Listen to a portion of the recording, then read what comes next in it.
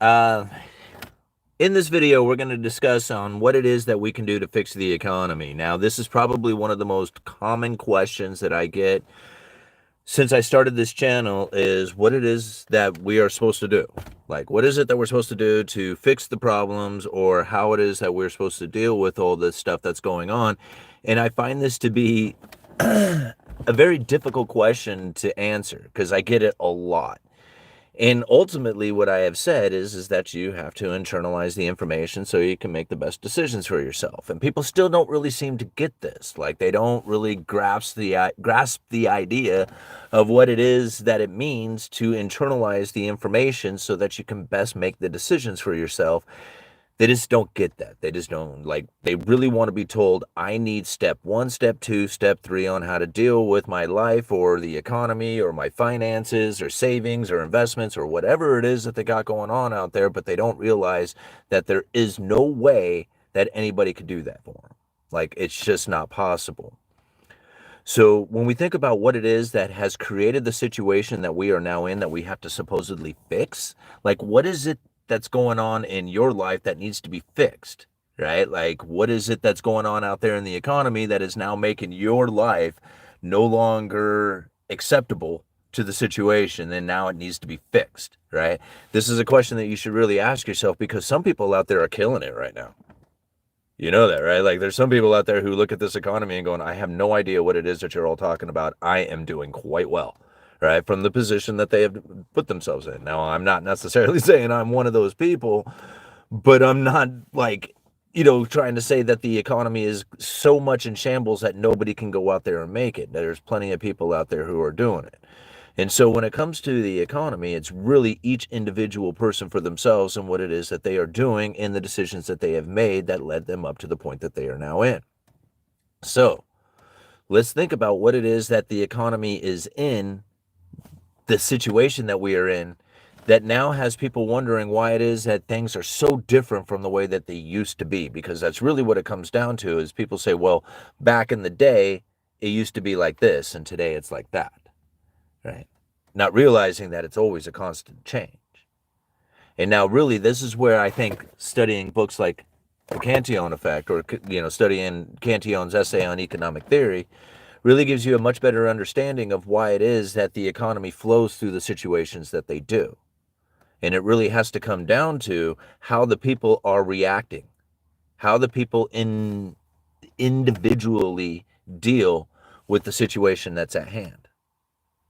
See, when there's industrious people out there and they have opportunity and they go for it, go for that opportunity, and they become industrious and they start becoming producers and savers, they start building a strong economy. But it was the producing and savings that did it within each individual person. Nobody told them to do it. They did it on their own because they were in a situation in which that they had the opportunity to do that. Now, if you are in a situation in which that you have the opportunity to be a producer and saver, and you have mass opportunity to do it, and you produce and save a lot, well, once you have a savings, you kind of want to enjoy the savings, right? Like, you just don't want to sit on the savings and just look at it. You want to take that savings and you want to enjoy it. You want to buy nicer clothes and nicer houses and nicer cars and eat 2 ribeyes sometimes. Yeah. But it's that move into luxury. It's the move in the luxury that's the problem. See, when people say, how do we fix it? Well, you start by not getting into the problem to begin with, but it was that move into luxury that did it, because you actually wanted to enjoy your life from all the hard work that you have done. See, this is where I think a lot of people misunderstand what it is that's happening within the economy. They want to blame it on politics or something of that nature. It doesn't work like that, right? I mean, politics has a lot to do with it, and you can go ahead and incorporate it into every one of your, aspects of how it is that you view the economy, and it will definitely play out in a final outcome for you. But understanding why it is that the money flows through the system the way it does has a lot to do with the economic theories that date all the way to the Cantillon theories, and even before that. So you think about the dive into luxuries that people were enjoying because they had all this production and savings that they were doing. Well, that dive into luxuries is really what started creating the problem, because as people were moving into luxuries, they started importing more foreign production. And so begins the problem of more people losing their good manufacturing jobs to foreign production as more of people start moving ever increasingly more into luxuries. See, as the new money flows in and people have access to this new money, that money flows into the places that people find desirable. Right? You have to think about that. Like when Cantillon describes it from his essay, it's the silver miners who had first access to the money. But then when they started enjoying that money, they were employing tailors and artisans and, more people to, raise cattle for their consumption of food and all kinds of stuff out there. So they started enjoying these pleasurable things. And whatever it is that they were enjoying for their luxuries is really where the money started flowing into. And as that money started flowing into these things that people were enjoying, they started adding to the consumption of all the items that were out there. So more people started enjoying the consumption of having this new money coming in. Well, that added consumption started throwing the supply demand imbalances out of whack and start driving in the ever increasing amounts of foreign production. See, if you understand it in this fashion, what do you do to fix it? I mean, think about it. Just do the reverse of that. Just do the reverse of what it is that created the situation in the first place. Well, that means don't enjoy any of your money. Don't enjoy it. Just literally, you got all this savings, just look at the savings and don't enjoy it. Right? Or even if you really want to do something with it, take it and invest it into something. All right? Invest it back into production again. Invest it back more into more savings. Right? But don't use it to buy a nicer car. Don't use it to go on vacation. Don't use it to get a nicer house. Right? Don't use it to do any of that stuff. And in fact, all the stuff that you do have, wear it out. Like clothes, wear it completely out so you can't even put them on anymore before you buy any more. Right? Patch them up and repair them. See, this is the type of effort that it's going to take in order to fix the problem. There ain't no fixing it. It doesn't work like this. Right? How many people are going to do that? I understand there's some people out there who have the mentality to do something like this, and there's a lot of people who actually do quite well, living that sort of life. I remember one time somebody said, it doesn't suck being poor, you just suck at being poor, right? And they just maintained and dealt with their life with what they had and was able to just function just fine by just keeping everything in good condition and not spending it on anything new and just repairing old things and living life in that fashion, right? And that is an actual way of life, but most people don't live like that, right? And that's what's crazy about it is that the opportunity to have things is just mass abundance. I see people throw perfectly good things away because, it just doesn't turn on anymore, not realizing that you just replace the trigger on it, the starter switch or something. Right? These things are a constant out there in our society, but people don't live like that. And it's not a common thought. If it doesn't work, you throw it away, you get a new one. And this is the way most people are behaving because this is how cheap everything has become to the people out there. So how do you fix that? You can't fix that. You're not gonna, unless you teach it from a young age, that this is how you deal with these things. And this is how you deal with the items that you have. It doesn't work like that. It's all right, moving on here. Let's see here. Hey, Brody, good morning. Hey, Simon, as opposed to needing to be frugal and disciplined to solve this, is there anything to the idea of technology deflation being a potential remedy? No, I think all the new technology that comes into society, I think is going to be awesome for luxuries. Right? It's going to be awesome for the luxurious lives that we are going to continue to live. It's going to create the conveniences that we like. Right? Think about it. What is wealth? Wealth is food, conveniences, and pleasures of life. What is technology going to do for us? It's going to provide us conveniences and pleasures of life. Right? Whether it's through entertainment or just being able to make things so much easier for us to just, function in our daily lives. Technology is part of wealth. So the more access to technology and the advancements to it, the more wealthy we become. You have to think about that. Like, how convenient is it to have a self-driving car? A lot of people find that very scary. I kind of do as well. My cars are never going to be self-driving. Someday in the future, I might not have any other choice, but the vehicles I have right now don't have any kind of internet connections. They don't know, like, they are very old, right? Old technology stuff. And that's the way I feel comfortable, with my vehicles. But I do enjoy the idea, or at least the concept, of having a self-driving vehicle where I can just get in a vehicle and it'll just take me wherever I want to go. Dang, that's pretty cool, right? Right, that's pretty cool. It leaves me free to think and do whatever I want during that time, which is, means a lot. Time is money. All right. Ignorance is bliss. If you can't fix it, you don't own it. That's a good way of thinking about it, man. I buy used clothes if it's something nice. Old stuff lasts longer. Yeah, and it's cooler too, All right, my sister used to buy the high-end clothes from thrift stores and then sell them to resale shops for more. She eventually worked at Bergdorf Goodman in New York selling 10K dresses. Wow. $10,000 dresses. Deflationary tech can never overpower the destructive force of Fed debt. Yeah. Hi from Istanbul. All right, nice to see you, man. That's cool. All over the world. This is monetary problem, not a technology problem. Yeah, and monetary problem in what sense? Like, is it monetary problem, or is it the result of monetary problems? Right? It's the results of monetary problems. Because, see, really, if you think about it, you have to go back to all the way, like, even prior to Nixon. But let's just go back to Nixon when he severed us from the gold standard. Why did he sever us from the gold standard? Like, a lot of people say, well, they'll make up all kinds of conspiracy theories about it, and that's fine. I mean, there's probably a lot of truth in a lot of whatever everybody says about it.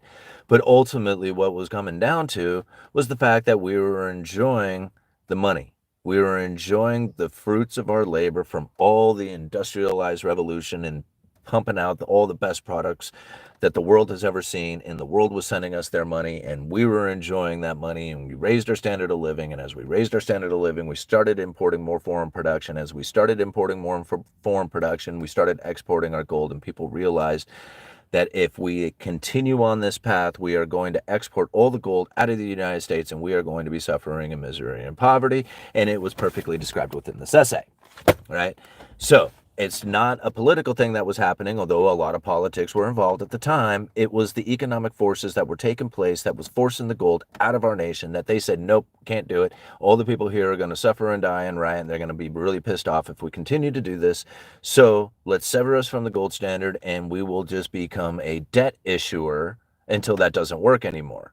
And so far it's working. Right? So as long as they continue to issue the debt, then the new money continues to pour in. If you have new money pouring in, then you're going to have ever increasing amounts of the Cantillon effect taking place, which is the separation between the rich and the poor, and the ever increasing dive into luxuries, and the moving out of foreign production, the moving out of domestic manufacturing, and the ever increasing amounts of foreign production coming into the nation. It's like something that you can't really prevent. Like, you can do things within the economy to attempt to prevent it, right? Like, you can see all the efforts within the government to try and bring, like, manufacturing back to the United States, and this big effort to do it, right? To help with the inflation issues and stuff. Good try.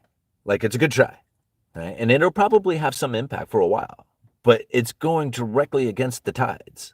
Right? And it's not going to work. It's like, it'll work for some, but it's going to take ever increasing amounts or steady amounts of government, like subsidies or tariffs or some kind of pressure to prevent the true economic forces that are taking place, which means that if that was not government involvement, right, then it would essentially continue on in the fashion it is, and which is more manufacturing leaving the United States.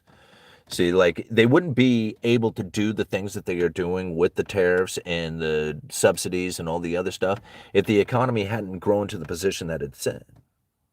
right? Like, you think about it, they couldn't just, like, make this up. Like, the industriousness of the people had to create a situation in which that they would be able to do that, to have the idea of trying to even push down a force on the people. You know, I mean, you think, like, you think all the way back, to even Cantillon's day, when the industriousness of the people were exporting all their good manufactured stuff, and they were importing a lot of gold. Once they imported a lot of gold, that move of having gold in their possession started moving the people into luxuries. As they moved into luxuries, it started moving the gold out of the nation. Now, it's at that point that the kings, the powers that be, the prince, the whoever it was, recognized what was happening. And they started putting laws out there saying, no, you can't export gold out of this nation, out of the kingdom, right? So now, if the people hadn't been in the industrious as they were, right, producing all this stuff and importing all the gold in the first place, the king never, or the prince, or the legislation, or whatever, would never have had the power to then make a law that says, hey, don't export this gold. You see where I'm getting at? Like, it took the people getting there first in order for the law to even have the ability to be there. So every time you see, like, the government doing something, they are reacting to the economy. They are not making the economy happen. And that's what's, like, I think a lot of people really need to understand it, because they want to blame government for all kinds of stuff. They are just reacting to what the situation is. Right? And as much as we want to blame them, it doesn't matter. Like, you can blame them all you want. They have very little control over what it is that we do with our personal decisions. Right? If we decide to spend money, take out debt, or save it, right, that's like, they have very little control over that. They try to influence it. They try to influence it in a major way, and you can see it through the propaganda. And this is something that we covered in yesterday's video, was how the Federal Reserve propagandized their information to gaslight the people into believing that there's going to be an inflationary scenario into the future, because an inflation expectation that is elevated is the problem that they needed to fix. Right? It's because they had a too low of an inflation expectation. They needed to fix that problem. They totally did it. Anyhow, man, I am really going off this morning. How you guys doing? Man, look at all these comments, right on. All right, can we just hit the reset button on our economy and give every U.S. citizen $10,000? 1913 would have never have happened. No. If you give every single citizen $10,000, what you would have is an instant separation between the rich and the poor, where the rich would become ever increasingly stupid more rich, right? And then you would have a bunch of poor people who would probably blast through that money very quickly, lowering their standard of living eventually, because what would end up happening is that with that much money handed out to everybody at once, would be an instantaneous purchasing of all items at the same time from all channels. People would ramp up their consumption almost immediately, and that ramping up of consumption would immediately blow the supply-demand imbalances out of whack, causing the prices to go up immediately, which would then be a benefit to the rich people out there, because when those prices move up, all the people who are spending their money at the lower end will then have channeled their money up to the top.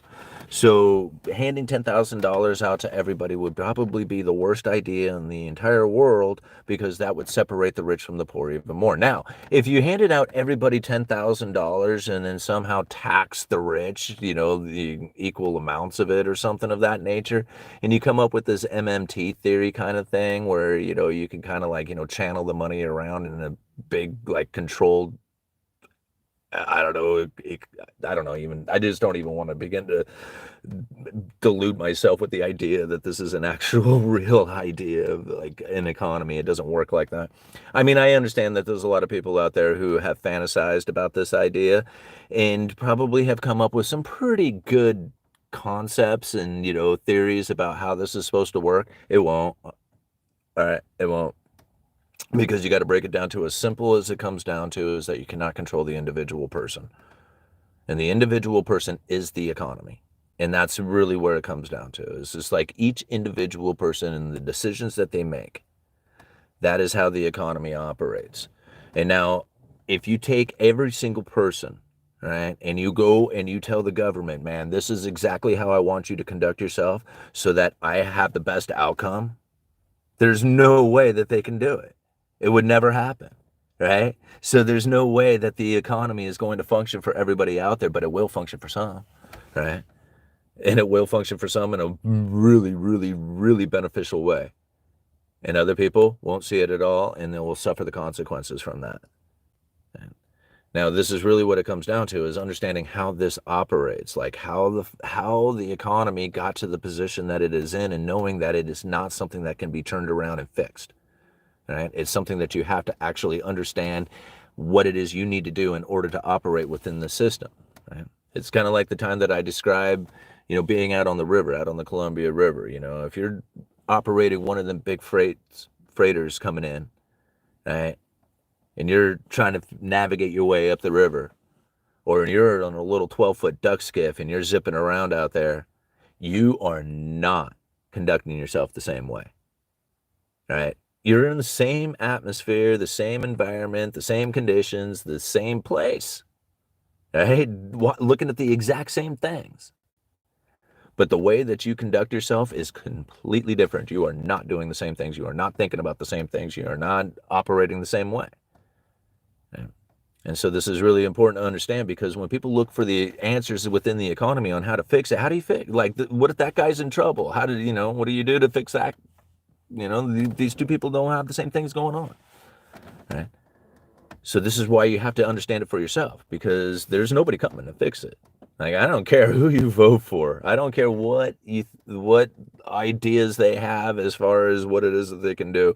They're not going to fix this. They're not going to be able to reverse course on the move into luxuries. They are not going to reverse course on forcing people or getting people to then voluntarily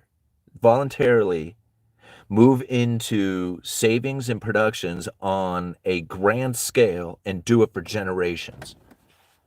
Like, how are you going to find a president to do that? How are you going to find a leader that's going to put down that sort of like idea on you without having a forced idea upon you?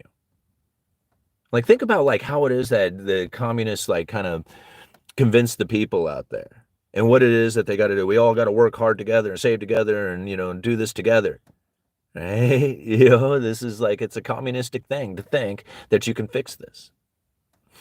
And that's scary to think about, right? Because when people say, man, we need to vote for somebody who can fix this, that's what I see. That's how you fix it. You tell everybody, no, you're not buying anything. You're going to suffer with the least amount of consumable items that you can deal with. Your necessities are going to be the bare minimum, and we're going to do this for a long time. A whole generation, your kids, they're going to have to suffer the consequences so their kids might have a better future. Right? Like, I mean, does this sell? Is this selling? Am I selling it to you? Am I getting you to like get on board with this idea of how to fix the economy? I mean, what are you going to do about it? That's why that's one of the reasons why it's really important to actually have some position in precious metals, is so you can at least eliminate that from your life, right? That third party claim.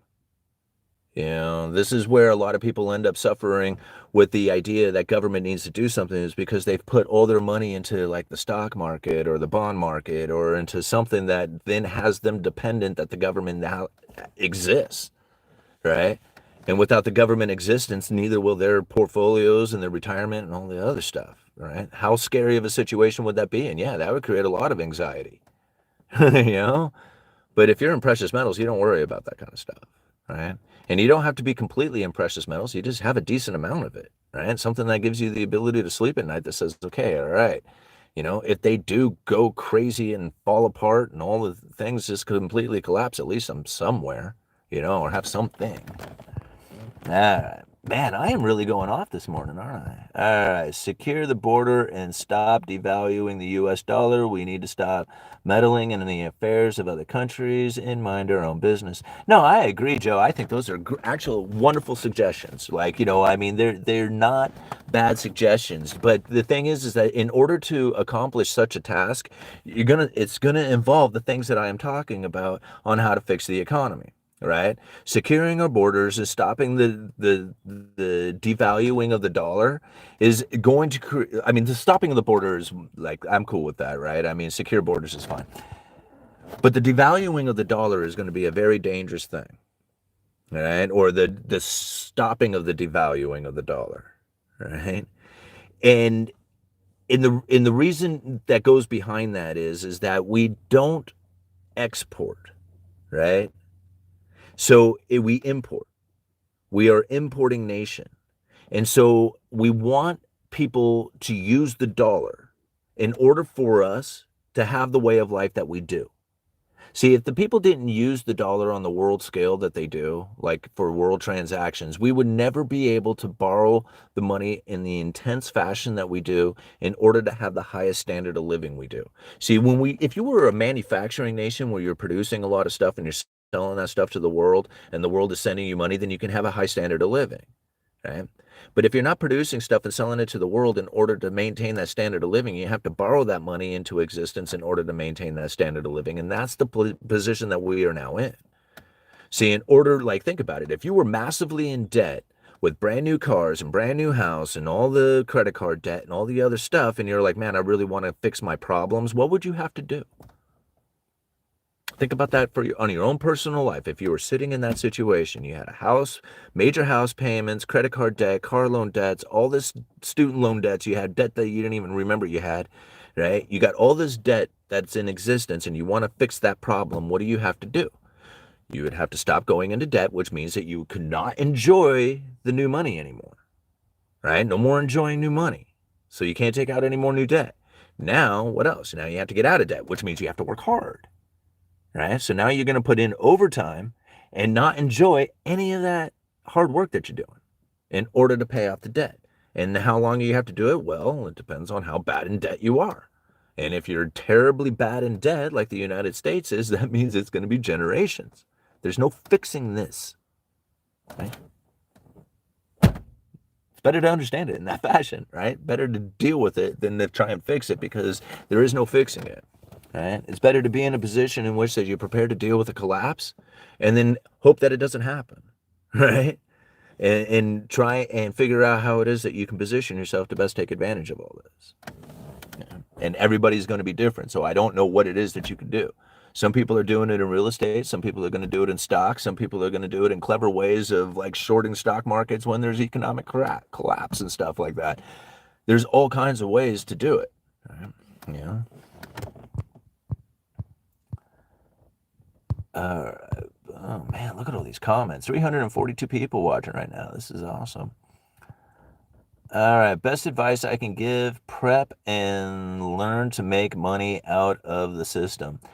Yeah, I mean, prepping is probably one of the most like I honestly feel that prepping is like a mental relieving thing. Like if you know how to prep in a way that is got you like okay if the power goes out, if you don't want to go to go to town, if you want to hunker down for a couple of weeks and not leave your property or something like that, if you have the ability to do this with like and be fine with that, like have no problems or have any stress from that, that's a very relaxing, relieving feeling, right? That I don't think a lot of people really understand. Being able to process food in a way that you can preserve it for a long time. And, there's a few ways of doing it. Like, you can freeze food, but then you need access to power. But if you can can food, which I feel is the best way, or freeze dry it, the only problem with freeze drying it is that, again, you have to have access to power. If you can learn to can without power, then I think you probably have one of the coolest skills that you could ever have when it comes to prepping. So you have canning supplies and the skills in order to can that food whether it be meat or vegetables or whatever it is that you have access to at the time, and to be able to do that without power, you have that sort of skill. That's, you know how like miles ahead of most people you would be just by having that little bit right there, because most people have to store up their food and they wouldn't have any idea what to do with the deer if they were to kill one. They would be able to eat that day, but that's it. The rest of the rest of it would get spoiled because they have no idea on how to cut it up, process it, deal with it, or anything like that. I mean, it's like those are the skills that you want to know. It's not just a matter of how to kill an animal. You got to know how to process that animal. Even that, raising animals. If you can raise your own animals, then you don't have to worry about even going anywhere. You can just have a steady supply of it all on your own. These are the skills that you really need for prepping.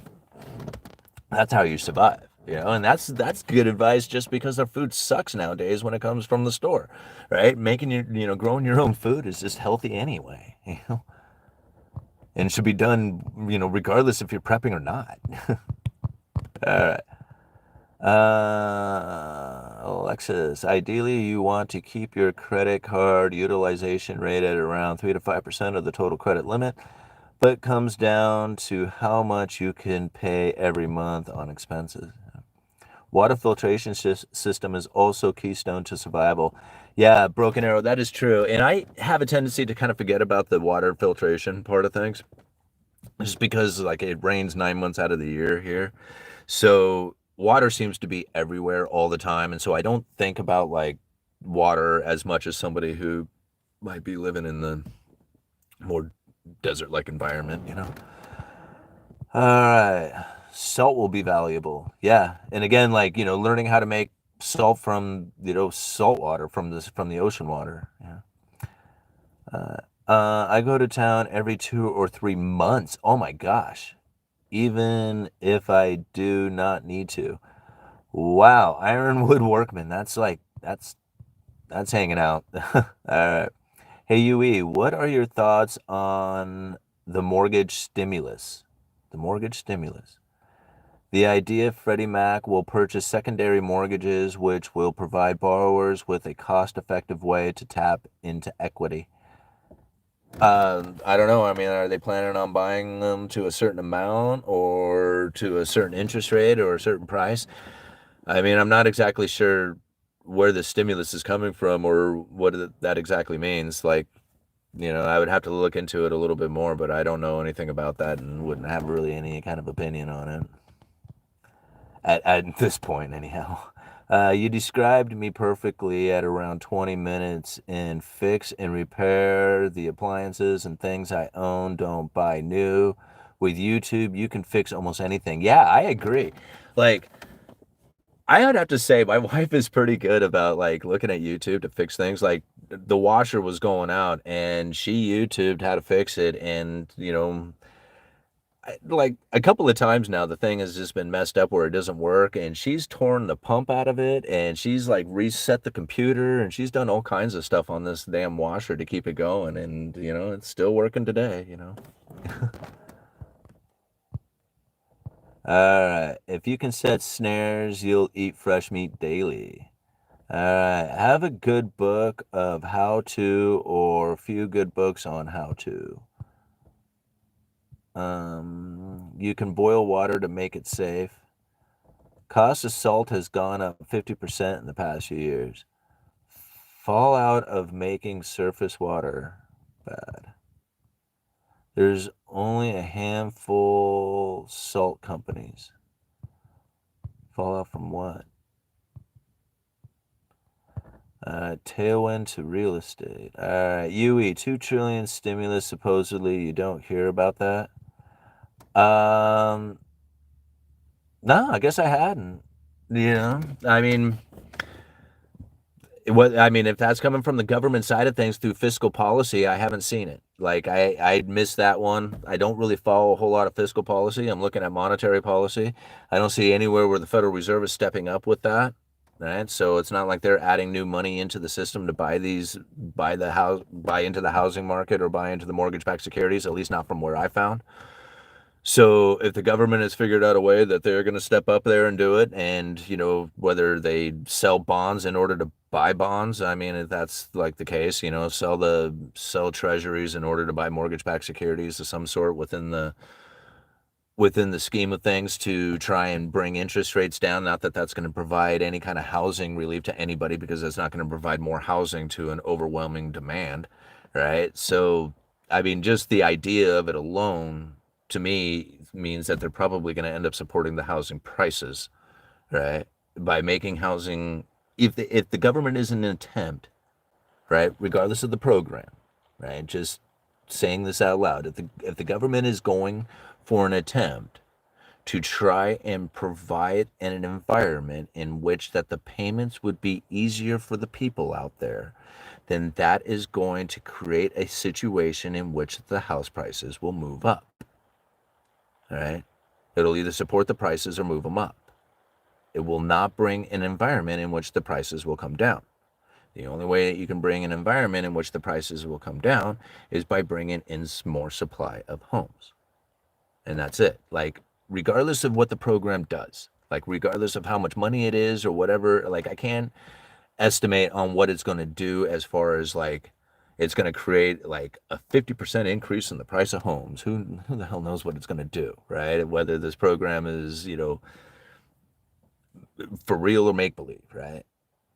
Just the idea of it alone, like, what is it that they plan on doing with this money? Are they trying to create an environment in which that the payments would be easier on the people by lowering the interest rates? Well, that will create an asset price bubble within the market itself, right? As more people would then be drawn in, and if there's more demand, then less supply starts to be created, and again, prices start to move up. So the only way that I see that there could ever be any way that there could be more homes being brought to the market is literally for government to get out of the way. With regulations, with, everything that goes into real estate now, if the government was literally to step out of the way, of course, we would probably have some pretty shoddy homes built on some, areas. Well, that may not be true, but ultimately, it's the restrictions upon the people themselves that now limit the availability of how many homes can actually come to market, right? I mean, that's really, I mean, we could probably theorize on this all day long. Everyone gets a trophy. What new house making technology? More hands? Well, no, see, like, a lot of times people, and I've heard this before, that there's been no advancement to the way that new construction is done outside of the nail gun. Like, pretty much all homes are constructed the same way they've been built for, decades now, even centuries, really. But that's not really true, because there is new technologies that are coming out, like 3D printing and stuff. But really, I see something more like the cross-laminated timber industry. Like, to me, that's going to be a big industry, over the next, however long, It's still in its infancy, in the idea that really nobody knows about it.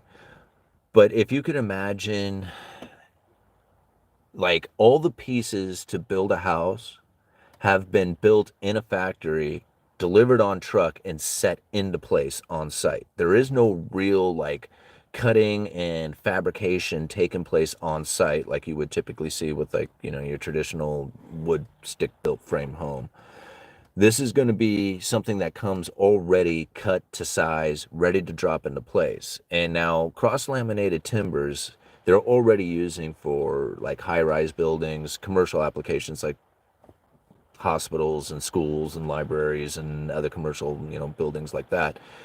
But there is residential applications for it as well. And these cross-laminated timber homes are, like, easily assembled, really, like, seismic, how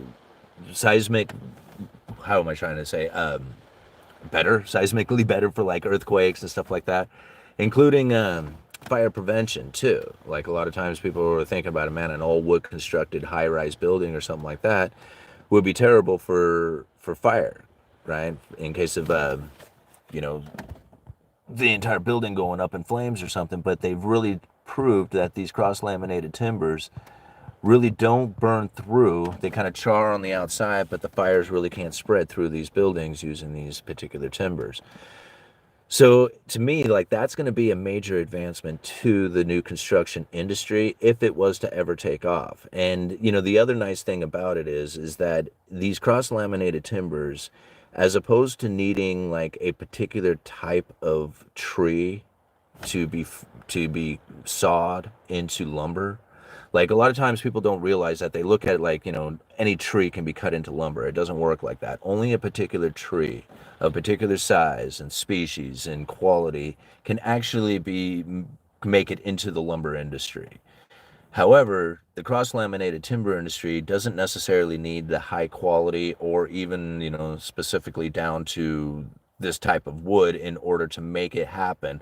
They can use all kinds of varieties and even subspecies and or subpar, quality and stuff like that in order to assemble these cross-laminated timbers. So it's a pretty interesting industry, and I think it's going to be one that's going to be big. All right, moving on here. All you can focus on is your individual generational wealth. What does that say? 10% to God and get out of the way. Let's see here. Plenty of shows for open houses in Baltimore. That's fine, Bacon. All right. Let's see here. There's been a massive advancement in building houses. People have no clue as to how much over the last 30 years, unless they work in the industry. Yeah, well, I would agree that there has been a lot of advancements into, like, say a long time ago, you would stick frame your roof. Now you buy trusses. The engineered floor systems are far, in my opinion, are far better than the traditional, like, two by material framed floor systems that are out there. So there's a lot of things that I believe have advanced as far as the products themselves. And, in a lot of ways, the efficiency of how these products are put together, but not really much has changed, right? I mean, there's still two by four plates, they're studs, they're stacked, they're, nailed together. There's a lot of things that, have like wall panel systems and whatever, but still, it's not like there's any kind of real change to the way that the house is actually constructed outside of maybe some of the styles of material and maybe some of the efficiencies of, like, again, like the trusses and floor systems and stuff like that that have now come to market. But outside of that, I don't see where they're any different. Like, a house built in 1980 doesn't look much different from a house that's built in 1920 or 2020. It's just like, it's, or even 1920 in a lot of sense. I mean, they're all kind of stacked the same way, built the same way, same kind of styles. There's just, like, just advancements in products themselves. And, when it comes to, like, nail guns and saws and drills, there's advancement in the tools. But essentially, uh, the blueprint's the same, uh, hello, brother. Again, the main difference is that now they are now building them beforehand and stuff. Yeah, and like I said, they have, like, a lot of, like, the panel systems. Like, they just deliver the walls already, already framed and with sheathing on them.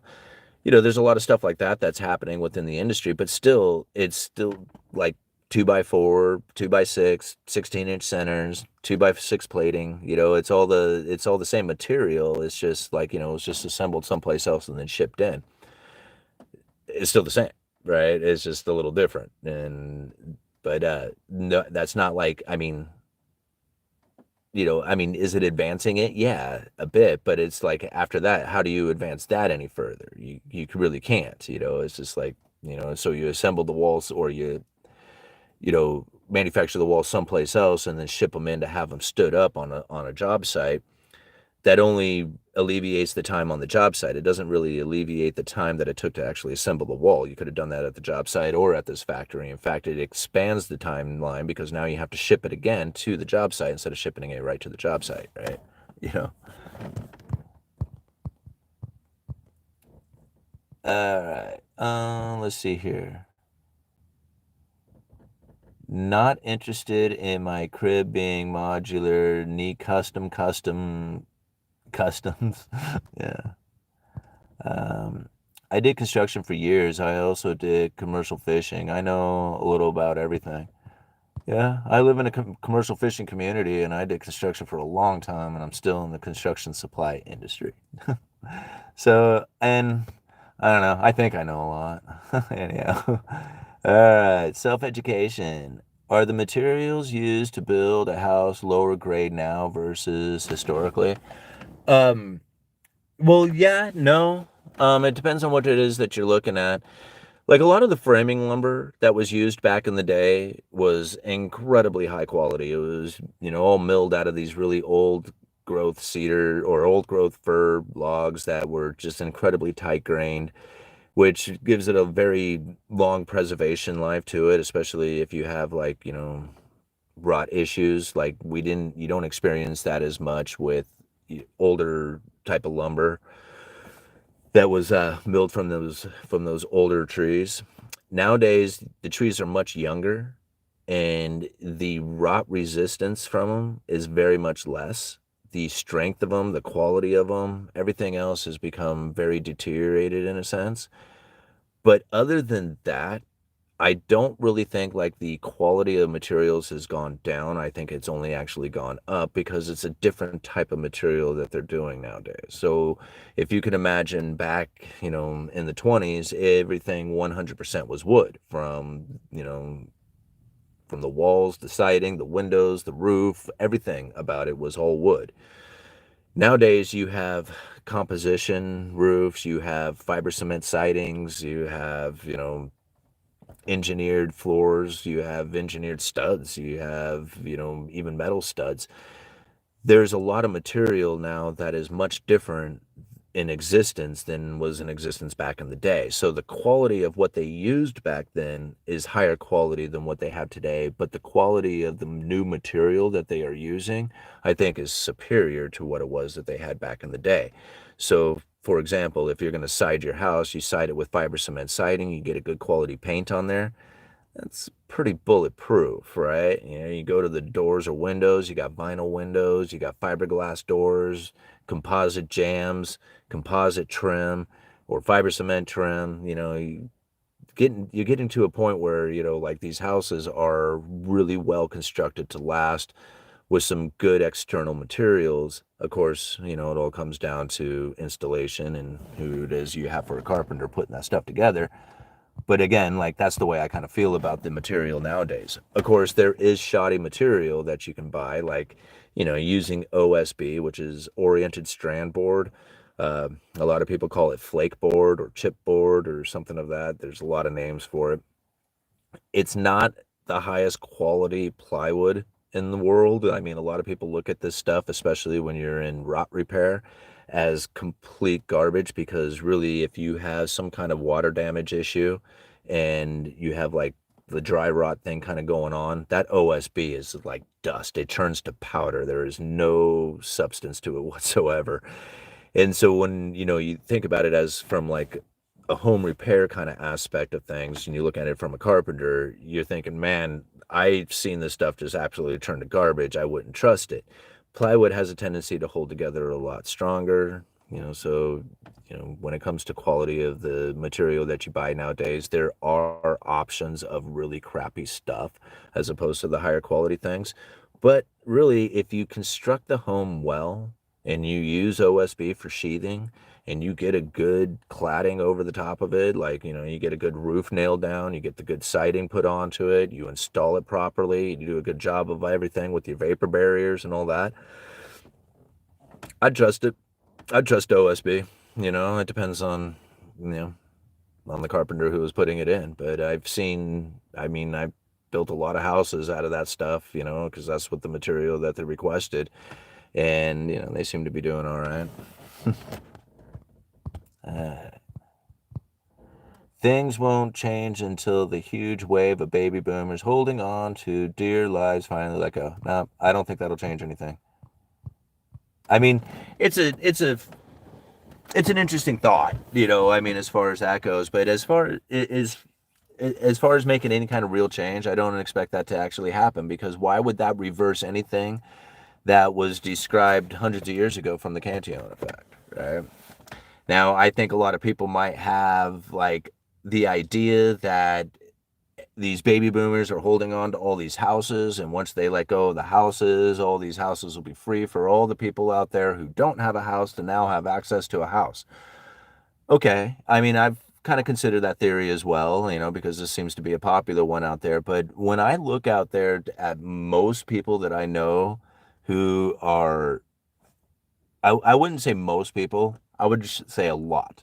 A lot of people are multi-generational in a house, meaning that there's not just an old person living there waiting to die, but that there's an old person there along with their kid or another relative or some sort. So when that, owner of that home happens to pass away, whether the person who's already living in the home takes over the possession of the home or needs to find another home to be in, it doesn't lower the demand, right?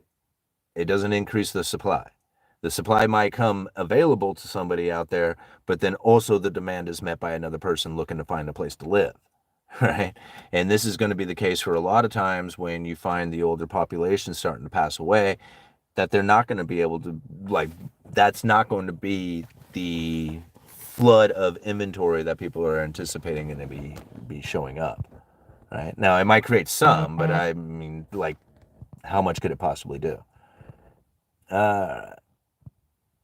Vapor barriers are so important to apply correctly that will give houses 10 plus years if done correctly. Oh, I think it would even do more than that. It would do a lifetime of difference if you get the right vapor barriers up and applied properly.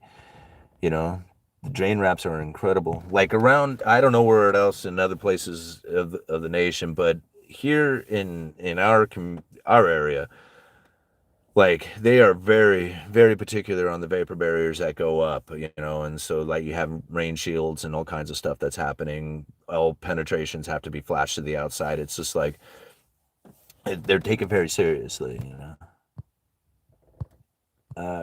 Everyone gets a house. Didn't that happen back in 2007? Didn't that lead to the great financial crisis? Let's not do that again. No, not everybody's going to get a house. It's not going to work that way. It just doesn't work like that. And I don't know where it is that people seem to think that everybody can have a place to live. It doesn't, here's the thing. There's times in history that you can find where governments had done stuff to try and provide a place for everybody to live in their communist countries. Right? So, don't beg the government to do anything about this. Right? It's not going to end well. But people will. So, whatever. Ultimately, you're going to have to figure out how to do it yourself. There is going to work at a 9-to-5 job and anticipating that you're going to be able to save enough money to buy a house is not going to work. Don't try that. Right? That's not going to work. It might work in some areas for some people, but it's not going to work for a lot of people out there because we're not sitting in a situation like we were back in the 50s, right?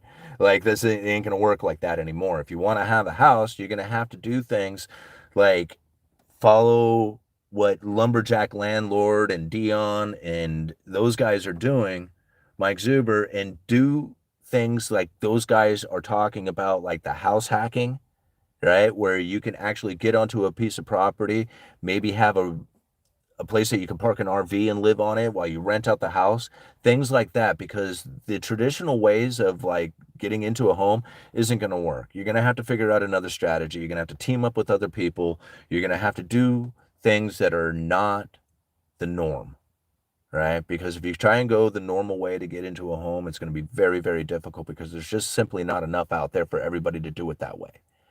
So as everybody else is trying to get into a house normally and blaming the government that they can't do it, you're gonna have to figure out how to like set those people off, let them like let the bear eat them up while you're running in the camp away, right? You're gonna have to go and run to another direction in which that it is that you can actually get into a home, right? And I mean I can't do that for you. I can't figure out how to do it. It took me starting YouTube channels, working bingo, saving incredibly hard, paying off all my debts, doing this for a long time, driving crappy cars, walking to work, right? I mean, it took me a long time to figure out what it is that I needed to do in order to get into a house, and I didn't even think I could do it. Like, even then, I was scared to hell, like,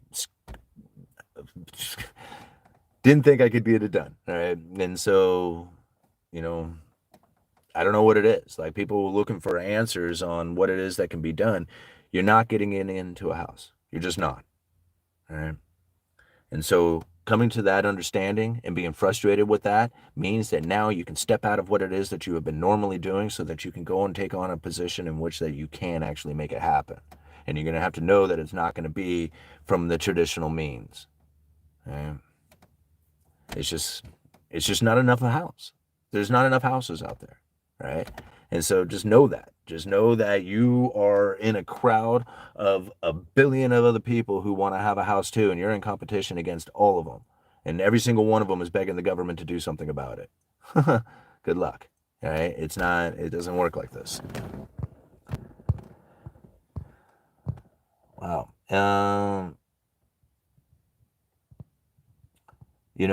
Knowing what you do about housing materials, what age house would you aim to buy for a deal built after the 70s, 80s, 90s, in the 2000s? I don't think it necessarily means anything about the age. I think it's the maintenance of the house and the way that the people have, dealt with it. Like, if they've maintained a good house that didn't have like leaking, roof or something like that for years going on, if they didn't completely destroy the house with age, and kids, teenagers, like, tearing the cabinets up or whatever, or the floors up or, the walls up or whatever it is. Most houses, like if you're starting from scratch, like the framing of most houses are usually pretty good. Right. I mean, like there might be some rot issues. If the foundation is bad, like, it sits on unstable ground or something like that. But for the most part, the framing of most houses are pretty good. So if you can walk around the outside of the house and the windows aren't broken and the siding's not bad, and you're thinking, okay, so the roof is like might need repaired or something or need a new roof on it, and you can repaint the house on the outside and bring that back up to new, and then rebuild the inside of it, there's really not much to a house. Like, I mean, as far as there's really not. I mean, it's just a bunch of pieces of the same thing, right? The big thing is like the bathroom and the kitchens. That's where the plumbing and, the fancy parts come into it, whether, I want fancy kitchens and cabinets and floors and all that other stuff. The rest of the rooms are just like, what, a door, some trim, walls, carpet. It's nothing, like there's nothing there. And so, like, if the house is good, it's really how well it's been maintained, because the framing of the house is essentially, the whole thing. And then, like I said, unless it's been rotting or there's a foundation issue, generally the framing is pretty good in most houses, no matter what. And that's the way. It's just a matter of how much repair you need to do after that. Like, do you need to tear all the siding off because they didn't keep up on the siding, and so now it's all rotting or whatever? Now you got a huge issue to deal with that. But if the rot didn't go all the way to the framing of it, well, then you just have a bunch of siding you have to replace, which can be a pain. All right, moving on. Google knows me better than I know me. Yeah. It's funny. I have actually become somewhat concerned a lot of times with how well Google can figure out what it is that I am thinking. Because there's times that I have not even had the conversation around my phone or anything else, just be thinking of a particular topic, and Google will send me news articles on it. And I thought, man, this is either Google led me up to thinking about it, or Google can read my thoughts. So I don't know which one it is, but it's one of the two.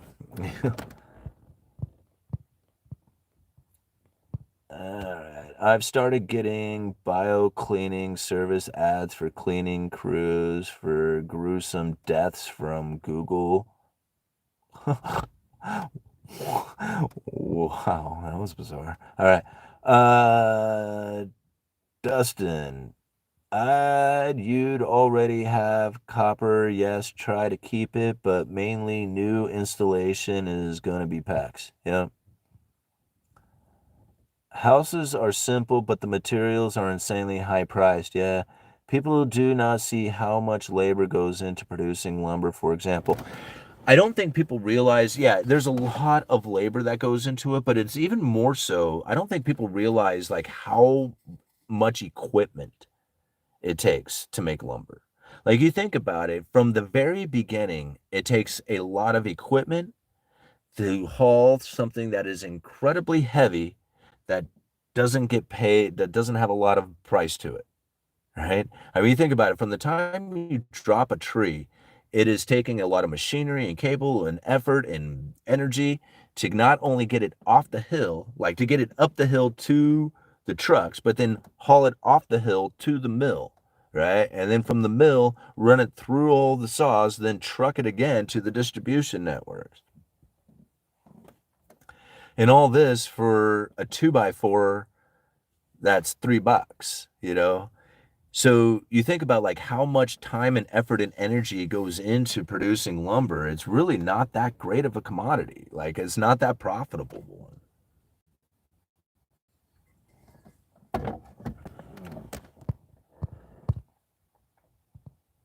All right, President, do you watch the Active Self-Protection channel? I see them endorsing the same kind of cleanups. Huh. Uh, I also do residential electrical work, i.e. done some three-phase, but mainly do residential two-phase. Without truckers and railroads, we have no economy. Let that sink in. Yep, I absolutely agree with that. What would you do with $70,000? I would buy me a big old pickup truck. I don't know, man. Like, I don't know. To come across $70,000 right now, I would probably have to consider like what it is that I could do with that, because that's like not something that I've really like, I fantasize or dream about, so it's not something that I would just like conceptualize so I'd have an immediate answer to it. But if I had like 50 grand right now, I would probably set up and try to do a speaking engagement tour, like a mini tour, to get the feel of what that would be like. That would probably do something like that. Um, and see where that would go. But that would be me personally. Other than that, like at this point, I would hold on to $70,000 because I think there would be buying opportunities for other things going into the future. But that would be me. Either that or buy a new pickup.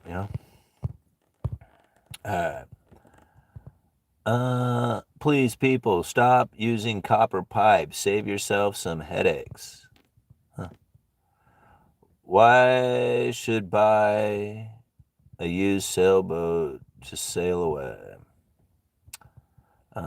I get a smaller truck, maybe a diesel, but I don't know. Let's cruise down here. Simon, which economist would you say comes closest to getting it right? I don't know, man, because I kind of gave up on listening to other economists a while back. And I mean, I didn't mean to. Like, I didn't want to like stop listening to a bunch of people out there. And I wasn't doing it because I didn't want their information. I was doing it because I was parroting them. Like, I would listen to Peter Schiff, and then like I remember I would come out and make a video, and people says, "Man, you sound just like Peter Schiff yesterday." And I'm thinking, "Oh man, like I do." And so I thought to myself, are you really doing this for real? Or are you just mimicking what other people are saying? Are you just going to watch other people's videos and then just repeat what they said and just regurgitate their information? And I thought to myself, can I even do this? Like, can I even, like, come out and make my own videos from my own opinions from the things that I have researched and studied? I mean, I know I can do it with lumber, but can I do that with the rest of my information that I have learned? And so I thought to myself, well, you're going to have to stop watching these other people and see if you can do that. Right? And see if you can come up with information and ideas and, whatever. So I started doing that. And I just, as much as I wanted to, listen to a lot of these other guys out there, because, they're like my buddies, right? I, I, I wanted to test this theory for myself to make sure that I knew that I was staying true to my own understandings of what was happening within the economy and not just repeating somebody else's stuff. So I stopped listening to other economists out there and I started really studying and coming up with things on my own from my own ideas. And I realized I started separating myself away from a lot of these other people. Like I was going way out on a branch, right? Comparatively to what everybody else was saying, and everybody's screaming money printer and things are getting destroyed and all this other stuff. And I'm like, I don't really see it this way, guys. Like I'm watching lumber and I'm watching how the distribution network broke down and the prices are moving up, but I know that the prices are going to come back down to normal, but the money is still going to be there. Like they're not going to have pulled all the money out yet, and the price of lumber is going to come back down to normal, and nobody's going to be able to understand or describe why that is occurring within lumber. And I called it out before it happened. Right? I knew this from the things that I had been learning from the economy or things that I had been doing from my researching of the economy on my own. Like if I had been listening to other people out there, I never would have been able to do that. I never would have seen it. I mean, people who were sitting next to me at my job, I was showing them the evidence of what was taking place within the lumber industry, and they could not see it. Right? They did not see it. Like some of them saw it after they kind of like, finally got it through to them. But a lot of people were not even getting it. Like I would see customers coming up and asking them how come lumber is up as high as it is, and the only answer they could give was greed. And I'm like, that's not it, guys. It's not greed, right? It was a breakdown. It was a distribution supply breakdown, right? And it happened back in 2019 before COVID, right? And I was reporting on it. That's why my channel did so well, right? So there's no other economists out there that I can recommend.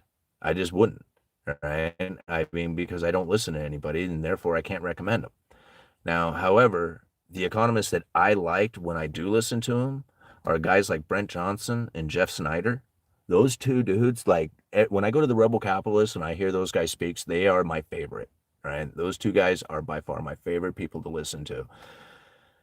And now they talk in such a way that is so different from most economists out there. And I'm not knocking Peter Schiff. He's been on my show. He gave me a great interview. I mean, he's probably the number one economist that I have ever listened to, but he has a very channeled view of how the economy is, right? And he doesn't bring in any kind of other, ideas. And I'm not trying to say that, it's to a fault because this is what he believes. Like what he is stating is what he believes. And I'm not trying to like disagree with his beliefs. However, I take more of an appreciation and a view of Bitcoin and cryptocurrencies and a lot of other things that kind of go along with it. I do share a lot of the same views that he has of gold, right? But I also have a positive view of Bitcoin that he doesn't share, and he has a giant economic view against that, right? Against Bitcoin. So I don't knock him for that. It's just his view of it, right? However, I have to look at different things because I don't share that same look at it anymore. And so when I started moving off into my own theories and my own ideas and my own thoughts about what it is that's happening within the economy, I realized that I don't really think and look at things the same way that everybody else does. In fact, I don't think I really do it the same way anybody does. I mean, I can't find anybody who talks like I do. Very few people that I can find anywhere out there has any kind of understanding, theories, strategies when it comes to average inflation rate over time. Like, I don't know anybody like who really, takes that into consideration as deeply as I have, right? As, like I don't even know, like being so adamant about it. Peter is selling gold, period. Yeah, well, I mean, if that's your job. Like, if that's your job, why, like, what else would you expect? Like, I mean, if somebody was just like, comes up to me and wants me to talk about all how awesome 3D printing of homes are while I'm standing at the counter trying to sell lumber, I don't think I would have the conversation with them. And I'd be like, okay, man, we're going to have to do this another time. But right now I'm trying to sell 2x4s, right? Not 3D printed homes. So, like, I'm not saying like 3D printed, like, gee whiz, not saying that 3D printed homes don't exist or is a good concept. I don't have anything to do with it. And I don't have any way of making money at it.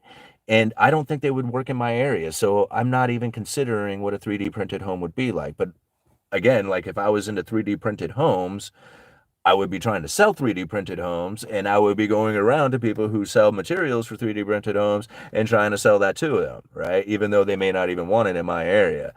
Right? Yeah, it doesn't, there's nothing wrong with any of this. uh, The Wizard of Oz was a good movie. Yeah, it was. Bitcoin was created by the NSA in 1995. All right. Well, if it works for him, cool. Sometimes people have to be like that. It's comforting to stay within the lines, but if you don't take a chance, not gonna make big gains. Yeah. Welding is very underpaid too. They don't make as much as people think. I was making $12 an hour with no benefits as a welder. Ew. I quit and became a door greeter for Costco, making $29 an hour with full benefits. There you go. Right? I mean, I would $29 an hour to say, hey man, good morning, man. Thank you. Let me see your card. All right, man. Have a great day shopping. Dude, that's all I'd have to do. That would be so rad. I could repeat that 4,000 times a day for $29 an hour. I would love that. I would love that job, man. It was just like, how easy is that? Like I could think about whatever I want. uh, I also lived in Astoria, Oregon for a week. He visited for a week, Tommy? Right on. We are replaying the 1930s. All right. You can't do jack with 70K. It's way too low of a number to really do much with current. Maybe if the dollar gains back its value, but we all know it's dead currency and with continue to drop. I don't know, Crummy VCR. I like the name. I don't know about that too much. I would consider the idea that the dollar may actually become more valuable than anybody had ever anticipated. All right. And a lot of that has to do with people actually trying to get out of the dollar itself, right? And this is where understanding like the theories of Jeff Snyder and Brent Johnson really come into play. And knowing that the world denominated debt in dollars, once it comes due, there's probably not enough dollars out there to even come remotely close to covering all that debt, and the value of the dollar will just explode at that time. So really, people getting out of the dollar would cause the dollar to strengthen. Cashless beast system coming soon. Yeah, I can see that. All right. No wonder why there's a shortage of welders. Yeah. What do you think of Greg Manarino? I like Greg Manarino. I listened to him for, like I said, back before I kind of, quit listening to everybody. I used to listen to Greg Manarino a lot. A buddy of mine, he's definitely a follower of Manarino stuff. I don't know what his opinion is lately, so I can't really like talk about it because I don't think I've watched a video of his in 2 years. So I couldn't take like, say, hey, he thinks like this and I think like that, or I agree with this or I disagree. I couldn't tell you because I don't know what he is thinking about. But, back when I did listen to him, I really enjoyed his videos. Yeah. Which is why you need to hit the road, Simon, and get on short leg tour. Employ me as your road dog and we'll be, what does that say? Bidden? Business? It would be in business. I get it. Okay. Uh, what is next is war. I hope not. All right. You hear about all this so-called skilled trade job shortage, pay people more money, duh. Never trust nerd people. Never trust nerd people. What? Alright. Let's try square cat. Where is this war happening? The point is, why would I trust what you say about 3D printed homes when you work in a lumber yard? Lots of laughs. Thought gold seller thing was pretty obvious. Yeah, no, I wouldn't trust my opinion on 3D printed homes either. I don't know anything about a 3D printed home. I know that they don't seem to be printing them up here in my area, but they do seem to have stick-built homes here, and I'm not trying to say anything against the 3D printed home, but if they were more valuable and useful and efficient, they would be here. Right? I mean, I'm not trying to stop it from happening. I mean, here's another idea. How come insulated concrete forms aren't more popular?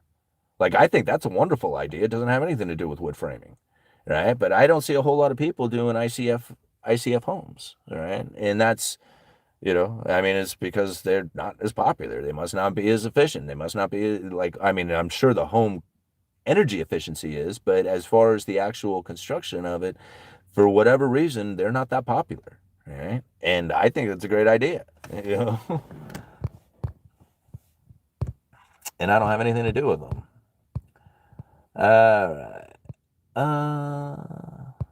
Hey Simon, look up. Have you heard about the Cloward-Piven theory?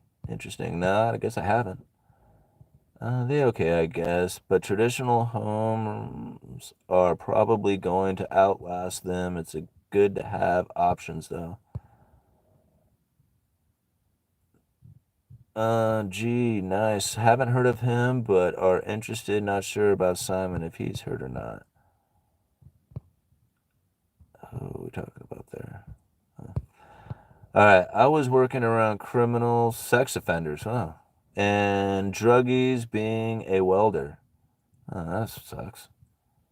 Man, try 3D printing an action figure and you'll realize 3D houses is a joke. All right.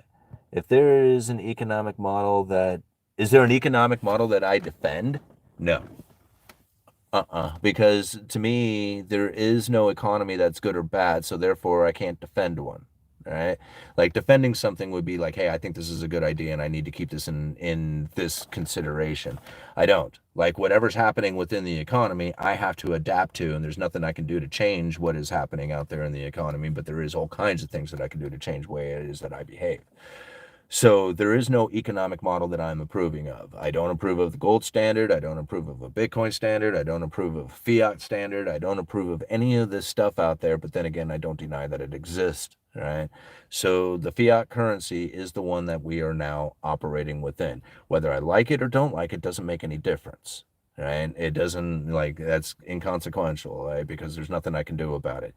What it is that I do with my response to the situation is my responsibility, and it has everything to do with my understanding of what's going on within the economy and what it is that I need to do in order to best position myself for that. So there's no economic theory or model or anything else out there that I am approving or disapproving of. I'm just simply looking at the situation for what it is and trying to best conduct myself in that situation.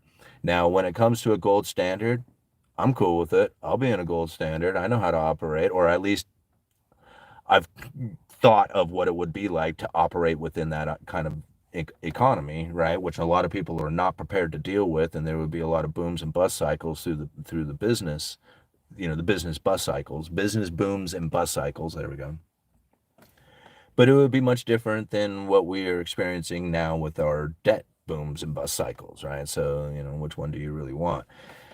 I mean, I'm cool with it. Like either way, there's no fixing, right? Again, like, the idea that you can actually fix the problem. Well, what problem is it that needs to be fixed? I mean, is it the one that you are experiencing? Right? I mean, if it's a problem that, because I'm not really experiencing a problem. Like I see how things could be better. I see how things could be worse. It's not up to me to decide what it is that needs to be better or worse. It's up to me to figure out what it is that I can do to do better for myself, right? And that's the only question that I ever ask myself when I look at the economy is like, when I read anything, what is it that I need to do with this information? Not, not like, I don't think about like anything else. I really don't think any other way outside of that, right? It's just like, how do I internalize this information for myself to best understand it? And most of the time when I'm doing that, it's not coming from a mainstream media it's not coming from the corporate media articles. It's usually coming from a Federal Reserve speech or something of that nature, right? It's coming from old economic theories like Gresham's law, or even understanding Triffin's dilemma, right? Understanding bullwhip effect kind of concepts. Once you have internalized these things, when you're reading articles and you're reading how, the farmers of some particular nation are all pissed off at the government because they won't give them the subsidies and allowing all these cheap foreign production to come into their nation, you know that it came from this, right? But if you don't know about this already, then you're going to blame whatever leadership you got going on at the time, right? Because you don't know where else to go with your frustrations. But understanding it for what it is, right, is knowing it was just like, damn, we are living in a nation where we have too much new money coming in. It is driving the production cost way too high, considering that those poor people over there are making the exact same thing. And in fact, it's almost the same quality, and they're doing it for a cheaper price. And there's nothing we can do about that except lower your standard of living and stop going into luxuries. Right? I mean, how else are you going to compete with those people over there? You can't. Or you can make the government say, hey, stop shipping your stuff into us. Or if you do, I'm going to charge you. Right? I mean, it's just like now you got government coming in there and conditioning things to maintain your way of life. I don't want, nah, I don't, no, thank you. I don't want government maintaining my way of life, not for any reason. Right? In fact, the less government I have involved in it, the better I feel. You know?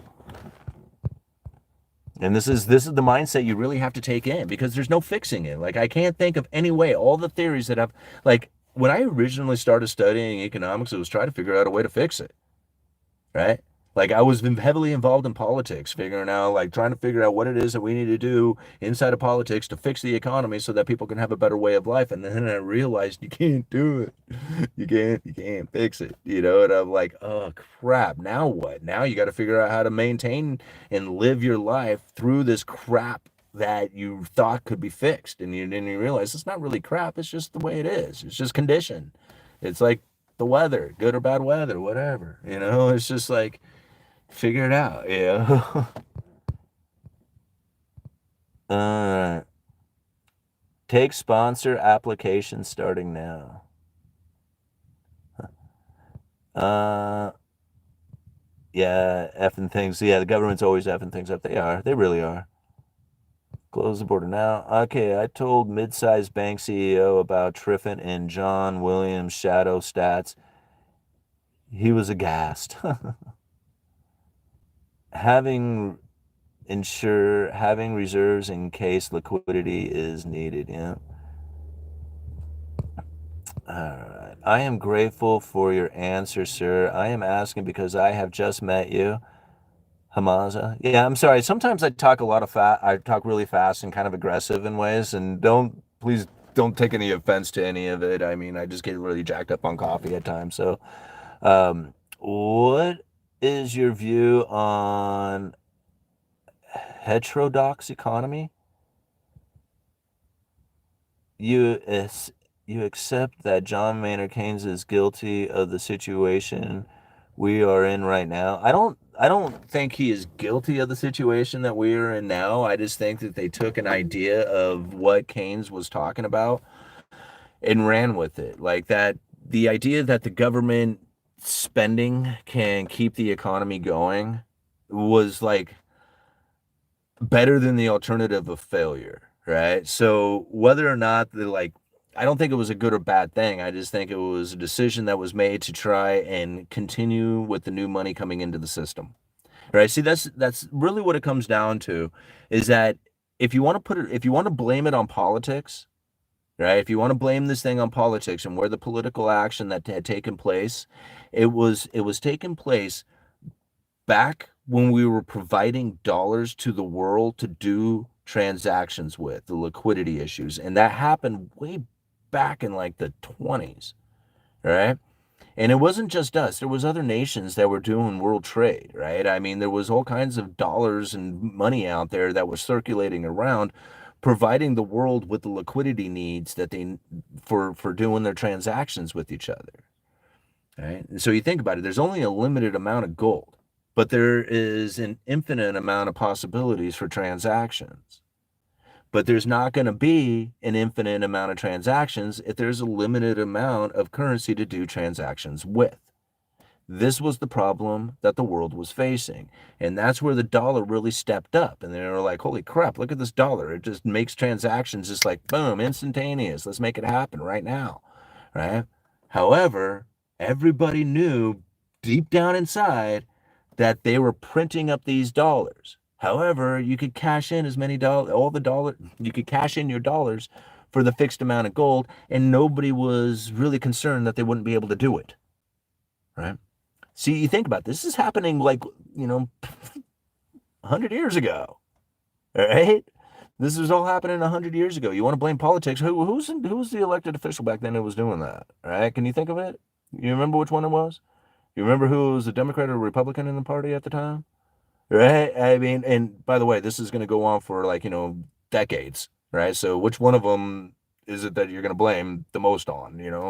I mean, maybe it was Woodrow Wilson when he actually signed the Federal Reserve Act into existence. I mean, maybe it was him, right? I mean, was it that did it? I mean, because there was all these business cycles that were destroying the nation, and J.P. Morgan, the man, was a little pissed off about bailing the country out over and over and over again. Right? And he says, I'm tired of this, guys. I'm not going to continue to do this for you. Right? And this is where the Federal Reserve really got its ability to actually step up and come into existence. Right? It was like, I mean, understanding it in this fashion, like I'm not trying to give excuses or make reasons or try and, defend or anything else out there. I just look at it for what it is. It was just like, wow, very interesting how that went down. And so when people want to cast blame and conspiracy, put the conspiracy theories and stuff like that out there, I'm like, you're going to put that into your strategy, right? As that's why it's going down, is because these are evil men intending to cause you pain and suffering to you personally and take everything that you have ever worked for away from you personally. This is what they're intending to do. Like they were hoping back then in the 30s that Simon would be born to work damn hard for everything that he has so that they could take it from me.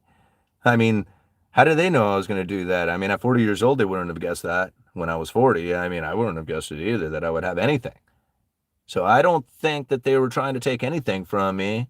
The only thing that was taking anything from me was my own limitations, And that's the way I think most people are now suffering from, is that they have this lack of limitations within their own mindset, and they're blaming it on politicians or the Fed or something else out there. I mean, what are you going to do? Are you going to continue to blame them, or are you going to do something about it? All right. What time is it? It's that hour. Okay. We'll give it like another 15 minutes here and call it quits. Okay.